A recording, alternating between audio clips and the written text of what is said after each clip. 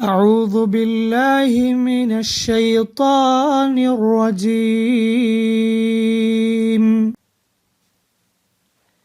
سورة الحجر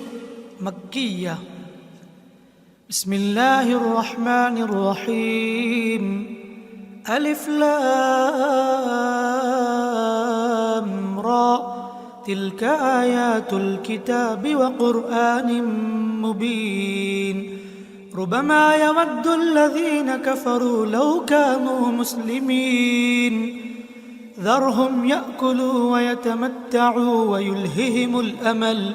ويلههم الأمل فسوف يعلمون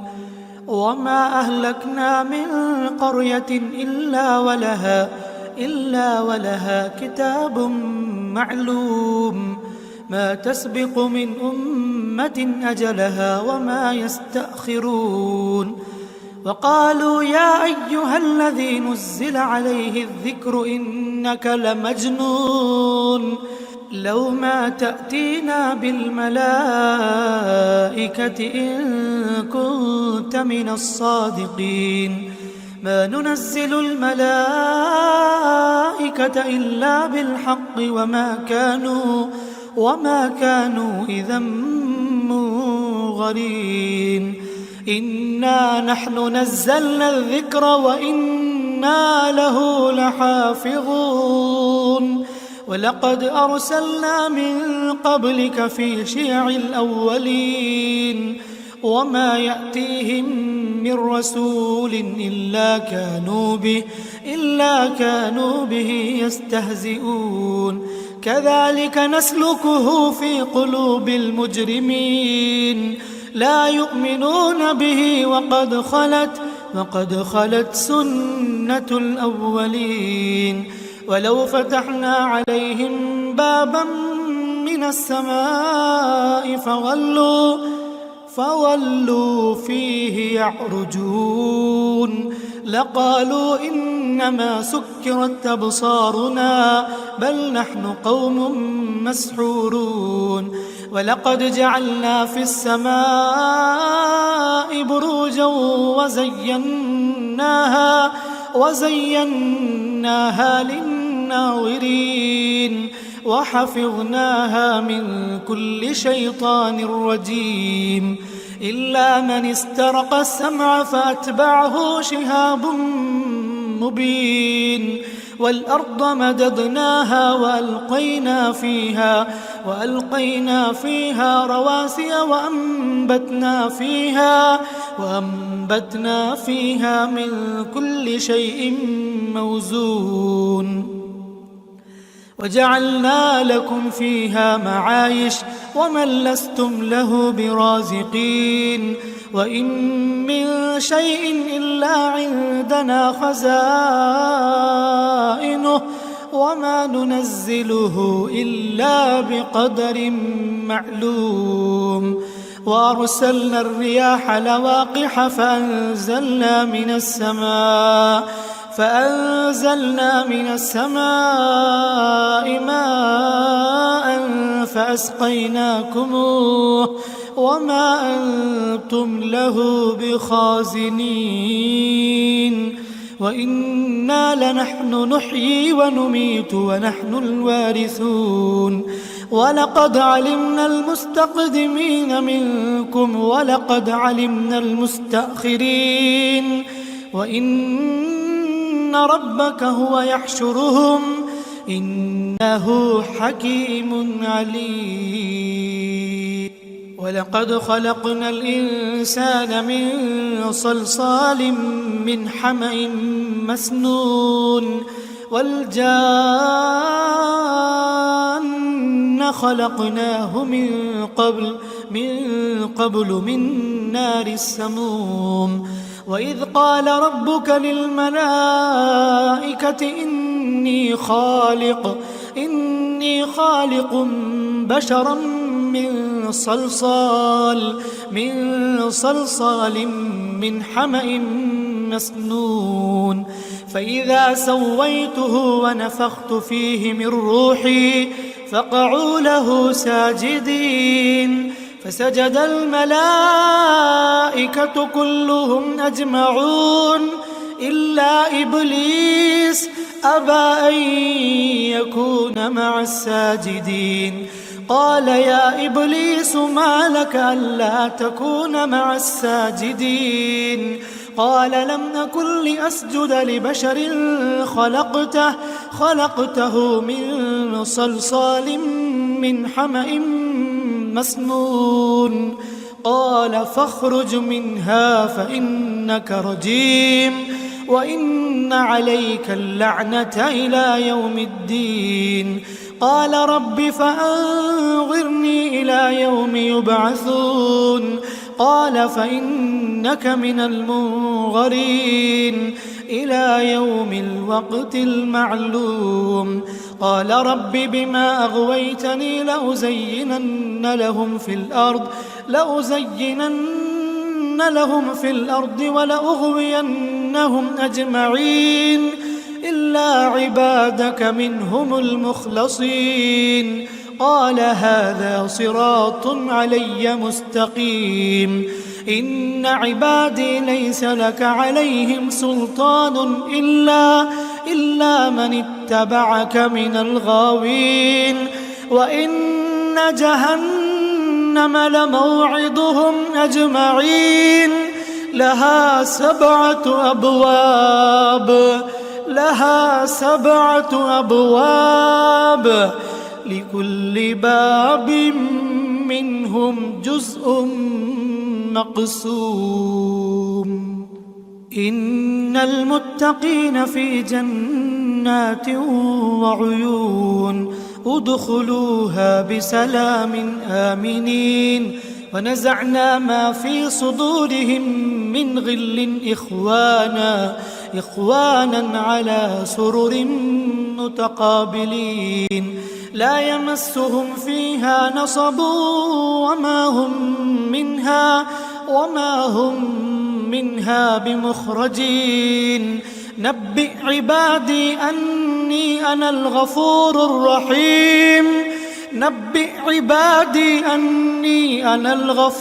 الرحيم وأن عذابي هو العذاب الأليم. ونبئهم عن ضيف إبراهيم إذ دخلوا عليه فقالوا سلاما قال إنا منكم وجلون. قالوا لا توجل إنا نبشرك بغلام عليم. قال أبشرتموني على أن مسني الكبر فبم تبشرون؟ قالوا بشرناك بالحق فلا تكن من القانطين. قال ومن يقنط من رحمة ربه إلا الضالون. قال فما خطبكم أيها المرسلون؟ قالوا إنا أرسلنا إلى قوم مجرمين إلا آل لوط إنا لمنجوهم أجمعين إلا امرأته قدرنا إنها لمن الغابرين. فلما جاء آل لوط المرسلون قال إنكم قوم منكرون. قالوا بل جئناك بما كانوا فيه يمترون وأتيناك بالحق وإنا لصادقون. فأسر بأهلك بقطع من الليل واتبع أدبارهم ولا يلتفت منكم أحد وامضوا حيث تؤمرون. وقضينا إليه ذلك الأمر أن دابر هؤلاء مقطوع مصبحين. وجاء أهل المدينة يستبشرون قال إن هؤلاء ضيفي فلا تفضحون واتقوا الله ولا تخزون قالوا أولم ننهك عن العالمين قال هؤلاء بناتي إن كنتم فاعلين لعمرك إنهم لفي سكرتهم يعمهون فأخذتهم الصيحة مشرقين فجعلنا عاليها سافلها وأمطرنا عليهم حجارة من سجيل إن في ذلك لآيات للمتوسمين وإنها لبسبيل مقيم إن في ذلك لآية للمؤمنين وإن كان أصحاب الأيكة لظالمين فانتقمنا منهم وإنهما لبإمام مبين ولقد كذب أصحاب الحجر المرسلين وآتيناهم آياتنا فكانوا عنها معرضين وكانوا ينحتون من الجبال بيوتا آمنين فأخذتهم الصيحة مصبحين فما أغنى عنهم ما كانوا يكسبون وما خلقنا السماوات والأرض وما بينهما إلا بالحق وإن الساعة لآتية فاصفح الصفح الجميل إن ربك هو الخلاق العليم ولقد آتيناك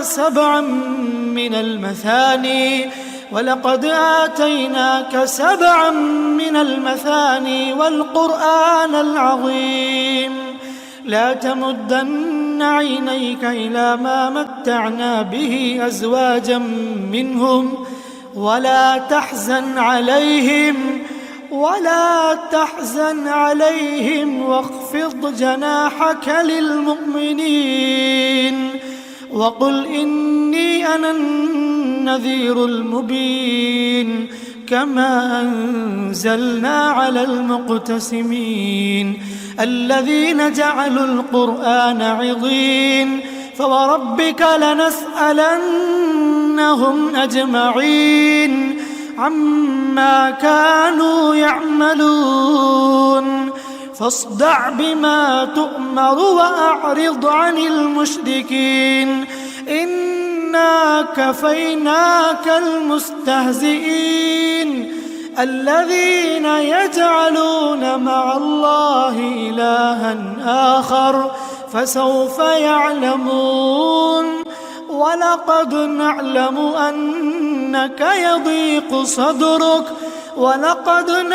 أنك يضيق صدرك بما يقولون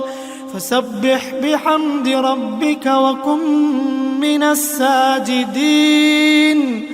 واعبد ربك حتى يأتيك اليقين.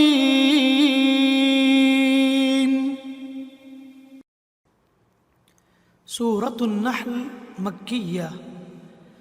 بسم الله الرحمن الرحيم. أتى أمر الله فلا تستعجلوه سبحانه وتعالى عما يشركون. ينزل الملائكة بالروح من أمره على من يشاء من عباده أن أنذروا أنه لا إله إلا أنا فاتقون. خلق السماوات والأرض بالحق تعالى عما يشركون. خلق الإنسان من نطفة فإذا هو خصيم مبين. والأنعام خلقها لكم فيها دفء ومنافع ومنها تأكلون ولكم فيها جمال حين تريحون وحين تسرحون وتحمل أثقالكم إلى بلد لم تكونوا بالغيه إلا بشق الأنفس إن ربكم لرؤوف رحيم والخيل والبغال والحمير لتركبوها وزينة ويخلق ما لا تعلمون وعلى الله قصد السبيل ومنها جائر ولو شاء لهداكم أجمعين هو الذي أنزل من السماء ماء لكم منه شراب ومنه شجر فيه تسيمون ينبت لكم به الزرع والزيتون والنخيل والأعناب ومن كل الثمرات إن في ذلك لآية لقوم يتفكرون وسخر لكم الليل والنهار والشمس والقمر والنجوم مسخرات بأمره إن في ذلك لآيات لقوم يعقلون وما ذرأ لكم في الأرض مختلفا ألوانه إن في ذلك لآية لقوم يذكرون وهو الذي سخر البحر لتأكلوا منه لحما طريا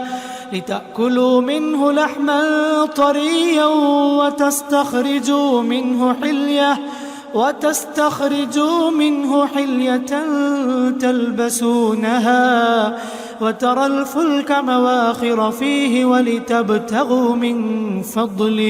ولتبتغوا من فضله ولعلكم تشكرون وألقى في الأرض رواسي أن تميد بكم وأنهارا وسبلا لعلكم تهتدون وعلامات وبالنجم هم يهتدون أفمن يخلق كمن لا يخلق أفلا تذكرون وإن تعدوا نعمة الله لا تحصوها إن الله لغفور رحيم والله يعلم ما تسرون وما تعلنون والذين يدعون من دون الله لا يخلقون شيئا وهم يخلقون أموات غير أحياء وما يشعرون أيان يبعثون إلهكم إله واحد فالذين لا يؤمنون بالآخرة قلوبهم منكرة وهم مستكبرون لا جرم أن الله يعلم ما يسرون وما يعلنون إنه لا يحب المستكبرين وإذا قيل لهم ماذا أنزل ربكم قالوا أساطير الأولين ليحملوا أوزارهم كاملة يوم القيامة ومن أوزار الذين يضلونهم بغير علم ألا ساء ما يزرون قد مكر الذين من قبلهم فأتى الله بنيانهم من القواعد فخر عليهم السقف من فوقهم وأتاهم العذاب من حيث لا يشعرون ثم يوم القيامة يخزيهم ويقول أين شركائي الذين كنتم تشاقون أين شركائي الذين كنتم تشاقون فيهم قال الذين أوتوا العلم إن الخزي اليوم والسوء على الكافرين الذين تتوفاهم الملائكة ظالمي أنفسهم فألقوا السلم ما كنا نعمل من سوء بلى إن الله عليم بما كنتم تعملون فادخلوا أبواب جهنم خالدين فيها فلبئس مثوى المتكبرين وقيل للذين اتقوا ماذا أنزل ربكم قالوا خيرا للذين أحسنوا في هذه الدنيا حسنة ولدار الآخرة خير ولنعم دار المتقين جنات عدن يدخلونها تجري من تحتها الأنهار لهم فيها ما يشاءون كذلك يجزي الله المتقين الذين تتوفاهم الملائكة طيبين يقولون سلام عليكم ادخلوا الجنة بما كنتم تعملون هل ينظرون إلا أن تأتيهم الملائكة أو يأتي أمر ربك كذلك فعل الذين من قبلهم وما ظلمهم الله ولكن كانوا أنفسهم يظلمون فأصابهم سيئات ما عملوا وحاق بهم ما كانوا به يستهزئون وقال الذين أشركوا لو شاء الله ما عبدنا من دونه من شيء نحن ولا آباؤنا ولا حرمنا من دونه من شيء كذلك فعل الذين من قبلهم فهل على الرسل إلا البلاغ المبين ولقد بعثنا في كل أمة رسولا أن اعبدوا الله واجتنبوا الطاغوت فمنهم من هدى الله ومنهم من حقت عليه الضلالة فسيروا في الأرض فانظروا كيف كان عاقبة المكذبين إن تحرص على هداهم فإن الله لا يهدي من يضل وما لهم من ناصرين وأقسموا بالله جهد أيمانهم لا يبعث الله من يموت بلى وعدا عليه حقا ولكن أكثر الناس لا يعلمون ليبين لهم الذي يختلفون فيه وليعلم الذين كفروا أنهم كانوا كاذبين إنما قولنا لشيء إذا أردناه أن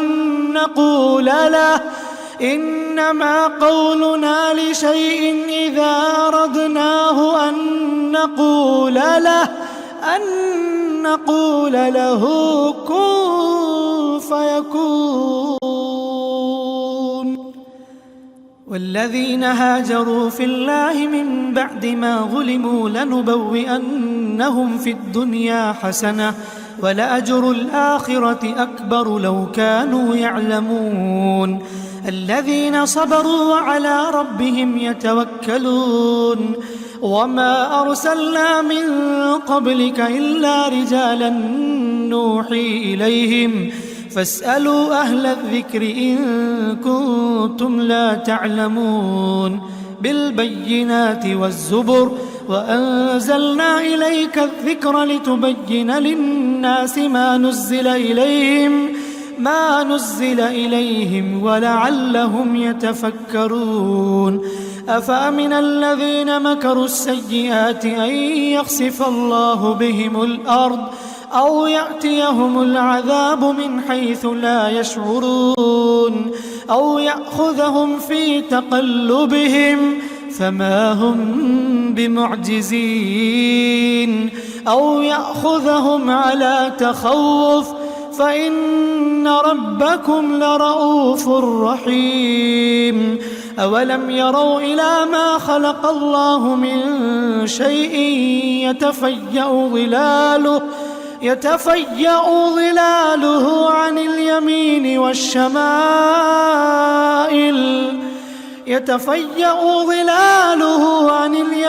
والشمائل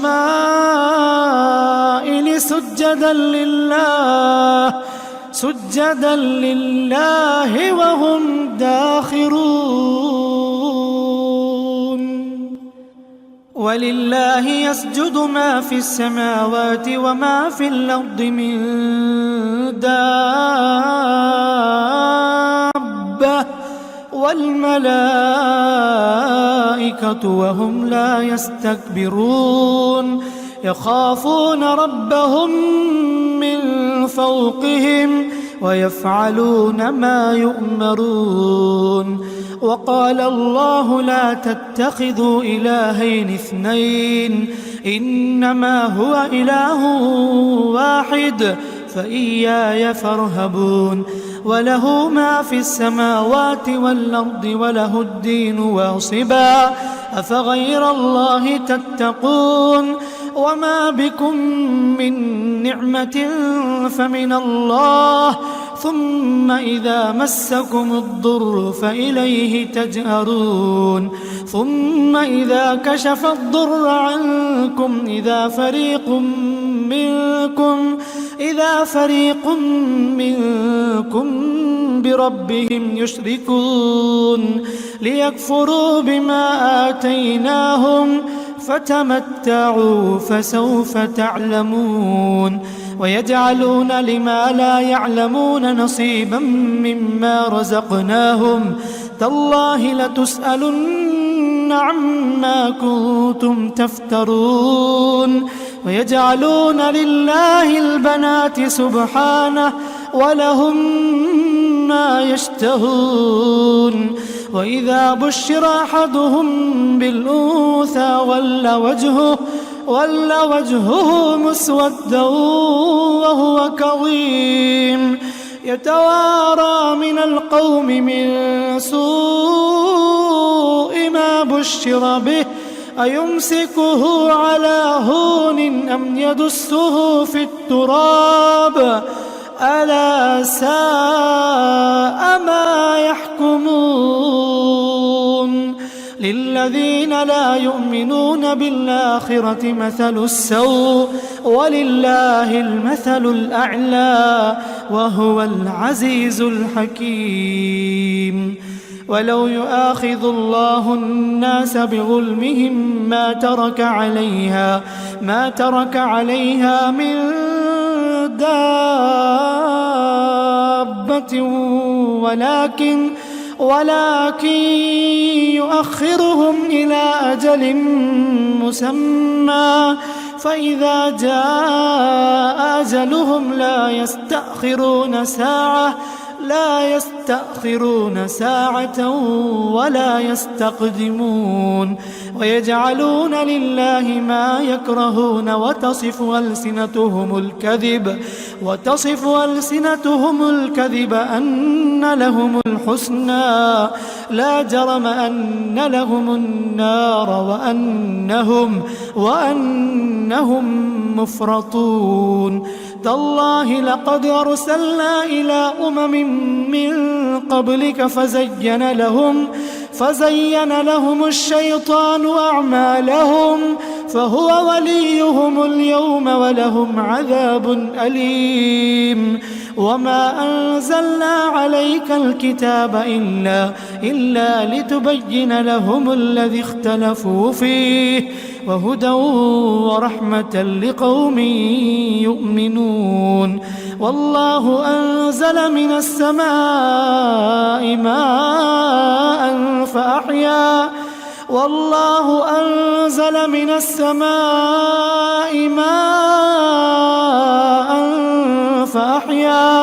فأحيا به الأرض بعد موتها إن في ذلك لآية لقوم يسمعون وإن لكم في الأنعام لعبرة نسقيكم مما في بطونه من بين فرث ودم لبنا خالصا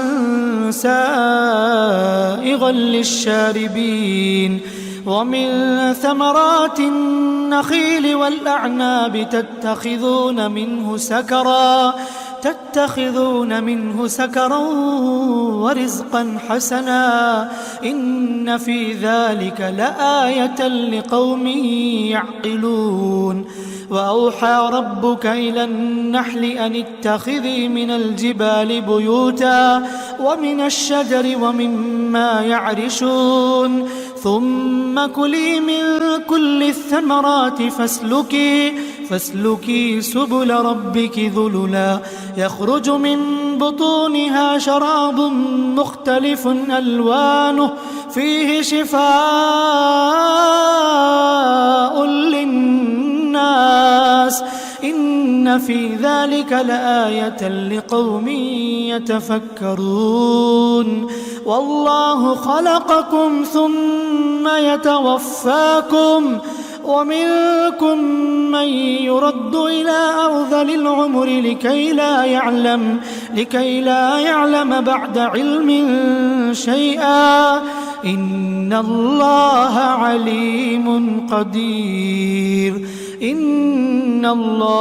عليم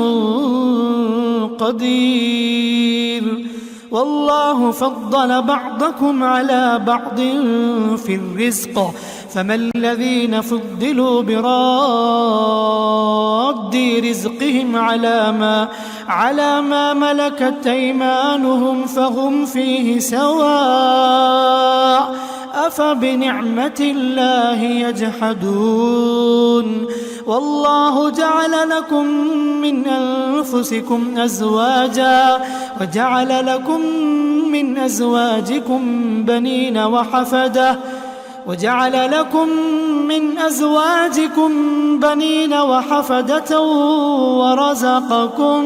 ورزقكم من الطيبات أفبالباطل يؤمنون وبنعمة الله هم يكفرون ويعبدون من دون الله ما لا يملك لهم رزقا من السماوات والأرض شيئا ولا يستطيعون فلا تضربوا لله الأمثال إن الله يعلم وأنتم لا تعلمون ضرب الله مثلا عبدا مملوكا لا يقدر على شيء ومن رزقناه منا رزقا حسنا فهو ينفق منه سرا وجهرا هل يستوون الحمد لله بل أكثرهم لا يعلمون وضرب الله مثلا الرجلين أحدهما أبكم لا يقدر على شيء وهو كل على مولاه أينما يوجهه لا يأت بخير هل يستوي هو ومن يأمر بالعدل وهو على صراط مستقيم ولله غيب السماوات والأرض وما أمر الساعة إلا كلمح البصر أو هو أقرب إن الله على كل شيء قدير والله أخرجكم من بطون أمهاتكم لا تعلمون شيئا وجعل لكم السمع والأبصار والأفئدة لعلكم تشكرون ألم يروا إلى الطير مسخرات في جو السماء ما يمسكهن إلا الله إن في ذلك لآيات لقوم يؤمنون والله جعل لكم من بيوتكم سكنا وجعل لكم من جلود الأنعام بيوتا تستخفونها يوم ظعنكم ويوم إقامتكم ومن أصوافها وأوبارها وأشعارها أثاثا ومتاعا إلى حين والله جعل لكم مما خلق ظلالا وجعل لكم من الجبال أكنانا وجعل لكم سرابيل تقيكم الحر وسرابيل تقيكم بأسكم كذلك يتم نعمته عليكم لعلكم تسلمون فإن تولوا فإنما عليك البلاغ المبين يعرفون نعمة الله ثم ينكرونها وأكثرهم الكافرون ويوم نبعث من كل أمة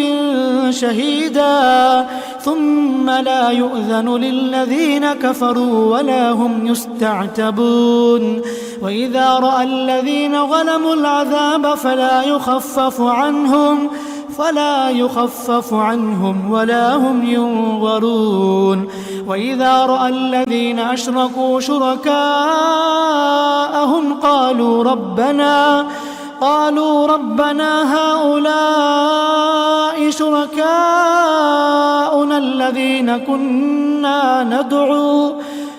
هؤلاء شركاؤنا الذين كنا ندعو من دونك فألقوا إليهم القول إنكم لكاذبون وألقوا إلى الله يومئذ السلم وضل عنهم ما كانوا يفترون الذين كفروا وصدوا عن سبيل الله زدناهم عذابا فوق العذاب بما كانوا يفسدون ويوم نبعث في كل أمة شهيدا عليهم من أنفسهم وجئنا بك شهيدا على هؤلاء ونزلنا عليك الكتاب تبيانا لكل شيء وهدى ورحمة وبشرى للمسلمين إن الله يأمر بالعدل والإحسان وإيتاء ذي القربى وينهى عن الفحشاء والمنكر والبغي يعظكم لعلكم تذكرون وأوفوا بعهد الله إذا عاهدتم ولا تنقضوا الأيمان بعد توكيدها وقد جعلتم الله عليكم كفيلا إن الله يعلم ما تفعلون ولا تكونوا كالتي نقضت غزلها من بعد قوة أنكاثا تتخذون أيمانكم دخلا بينكم أن تكون أمة هي أربى من أمة إنما يبلوكم الله به وليبينن لكم يوم القيامة ما كنتم فيه تختلفون ولو شاء الله لجعلكم أمة واحدة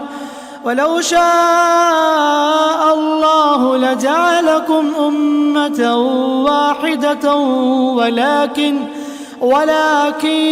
يضل من يشاء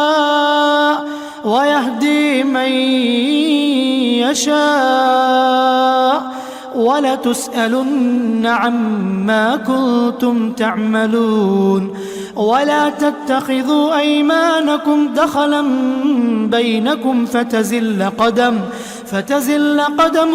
بعد ثبوتها وتذوقوا السوء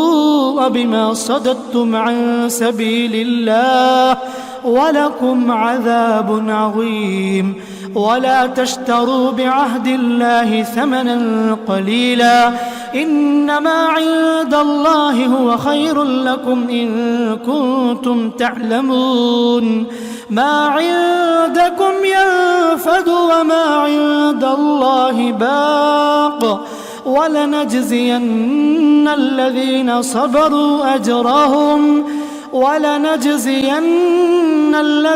صبروا أجرهم بأحسن ما كانوا يعملون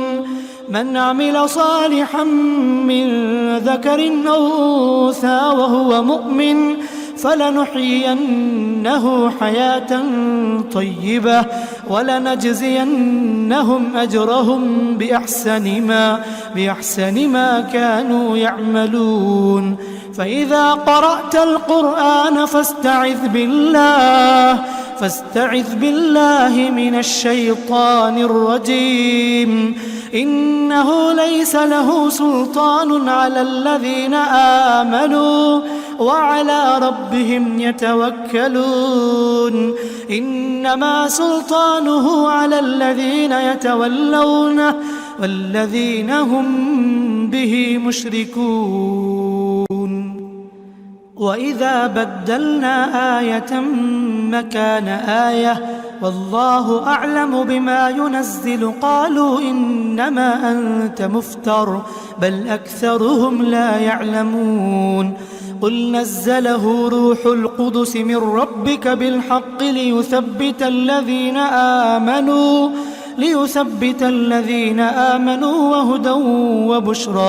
وبشرى للمسلمين ولقد نعلم أنهم يقولون إنما يعلمه بشر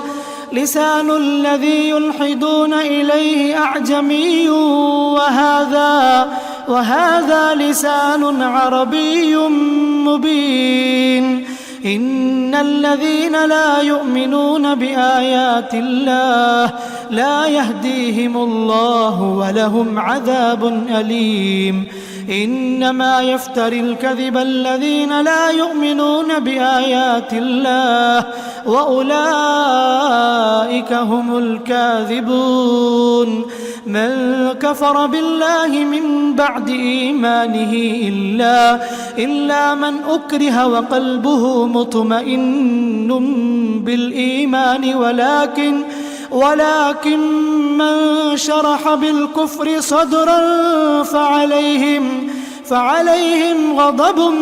من الله ولهم عذاب عظيم. ذلك بأنهم استحبوا الحياة الدنيا على الآخرة وأن الله لا يهدي القوم الكافرين. أولئك الذين طبع الله على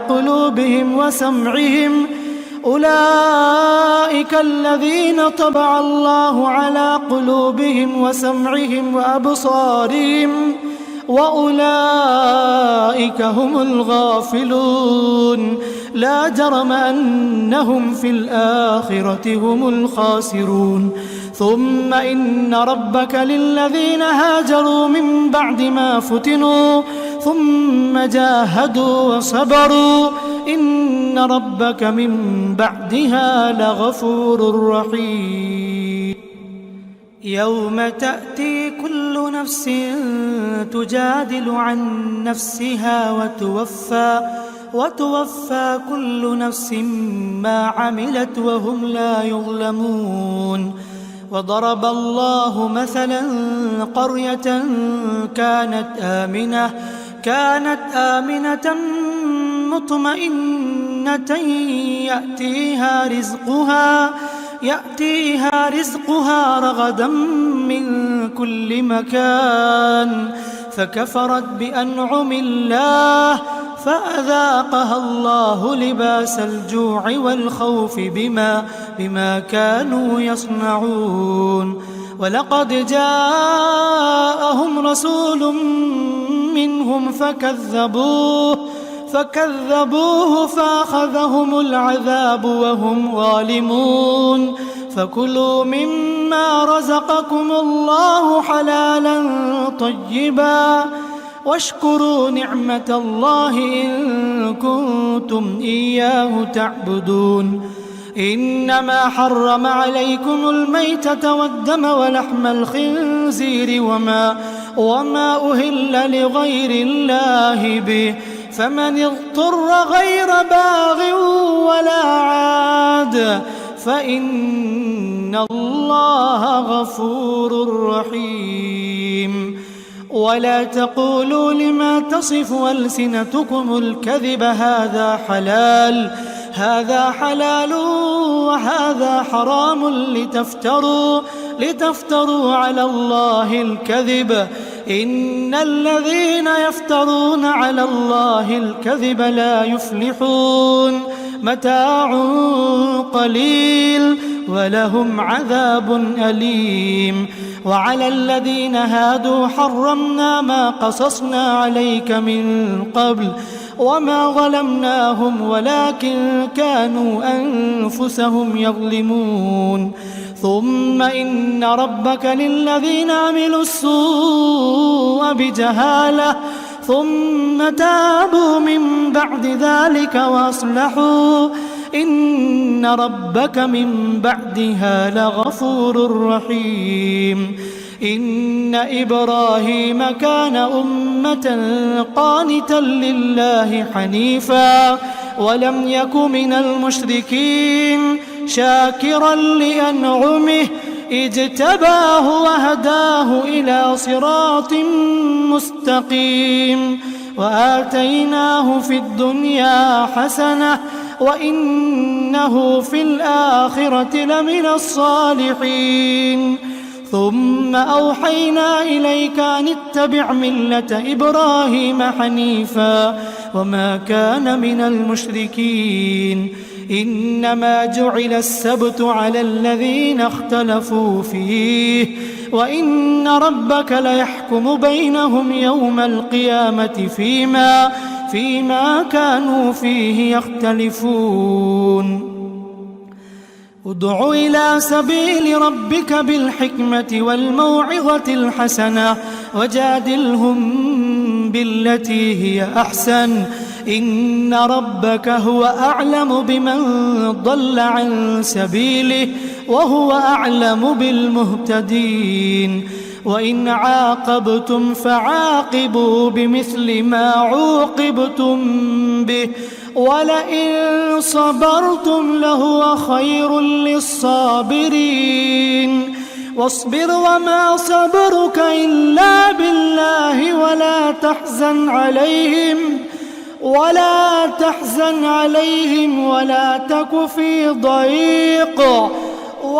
تك في ضيق مما يمكرون إن الله مع الذين اتقوا